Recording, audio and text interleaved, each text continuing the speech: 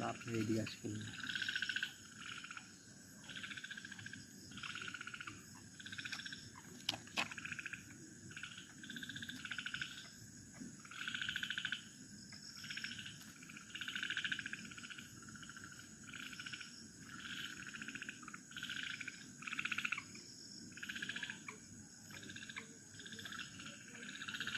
গভীর রাতে আমরা মাছ ধরতে এসেছি, আর এই যে সাপ বন্ধুর সাথে দেখা আমাদের। এই যে